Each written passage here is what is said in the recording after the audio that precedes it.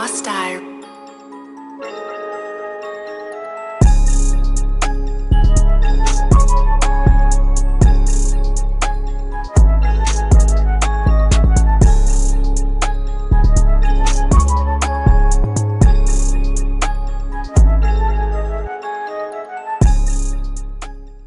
Welcome to CSL TV, and I just hope you guys are having a beautiful, blessed day. We're gonna get this video started off talking about why you shouldn't do drugs, show you some reasons why you shouldn't. But before I get into all that, subscribe to the channel. The best thing about subscribing to the channel is that you guys will be doing a good deed by helping me out, and it's free. It costs you or me nothing, as well as in liking the video, commenting down below what made you watch CSL TV. I do this for the feedback. It helps me figure out ways to create this content to bring to you guys instead of just the boring old same way. If you have a social media platform, thank you for sharing me on your social media platform so people know what we do over here at CSL TV. A review, reaction channel, information channel, but I don't want to drag this intro on too long, so I hope you guys having a beautiful, blessed day, and you already know. Let's get it.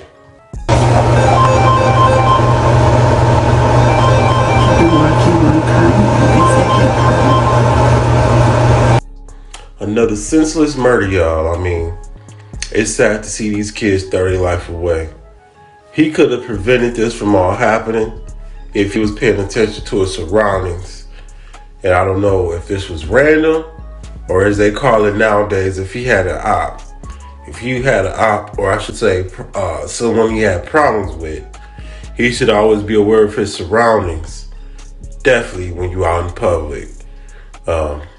This is kind of sad to see. The shooter failed the one time. Young man could have done something about it. Then the shooter regained the shit, shot him once in the back of his head. And the whole time I'm just thinking, turn around, turn around. But another senseless murder for no reason. Brain.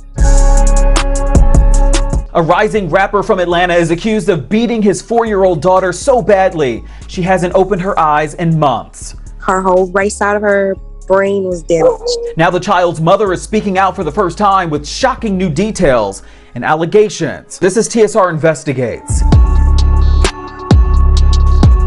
Kiana Watts met Taquan Alexander back in February of 2016. The two were co-workers in the Atlanta area. They soon would fall in love, and they welcomed a baby girl later that year. Her name is Alani.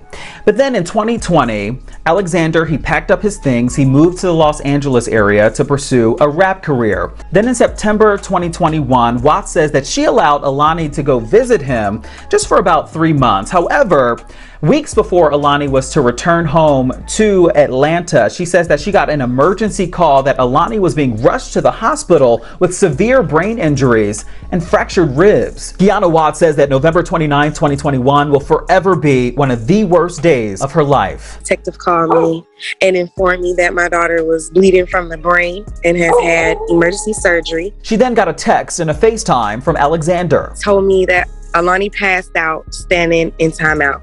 The ambulance is here. When I asked him, was she okay? How she passed out? He really wasn't answering me. Like, he was just shaking his head and covering his mouth like this, not answering me. First of all, it looked like he had just woke up.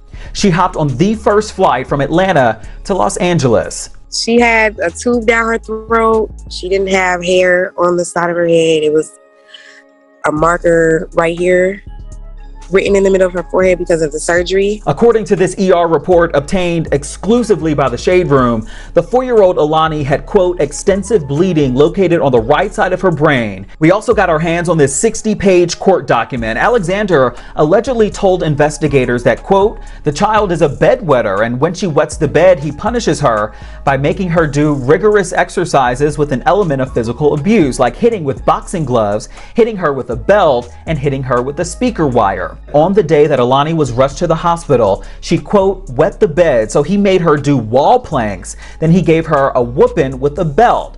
During this whooping with the belt, the child tried to protect herself by moving a stereo speaker in front of her to block the father's actions. The father then proceeded to take the speaker wire and whoop her with that. Moments later, he says that, quote, when he found his child was having seizure-like symptoms and appeared to be losing consciousness, he put her in the bath in an effort to revive her. When that did not work, he called 911. I was confused because I talked to Alani all the time when she was out there. I got pictures all the time from him. At the hospital, doctors found deep bruises and puncture wounds all over her body. After questioning, Taquan Alexander was arrested and charged on felony assault on a child, aggravated mayhem, torture, and child endangerment. Watts claims that this all happened while Alexander was living at his uncle's house in Thousand Oaks. She says that his uncle is LA Rams cornerback Troy Hill. Last time I've heard from them was when it happened, and everyone who lives in that house story does not add up to me. We reached out to Troy Hill's management team for a comment. In an email, a spokesperson wrote, quote, Mr. Hill is aware of the allegations against Mr. Alexander. Unfortunately, Mr. Hill was not present at the time of the incident, nor was he the legal owner of the residence and has no personal knowledge of what transpired. Watts says that the hospital did pay for Alani to fly back home to Atlanta, where she's currently bedridden. This is what she looks like today. Nearly 7 months later, she still can't open her eyes and is in weekly therapy. Since day one, they were telling me what she will be able to do and won't do, and she's been showing the opposite. We did also hear back from the sheriff's department. They say in addition to those child abuse charges, they also found an unsecured assault rifle and a handgun inside of Alexander's bedroom at the time. So consequently, he also faces 4 additional weapons charges and is due back in court July 7th for a preliminary hearing.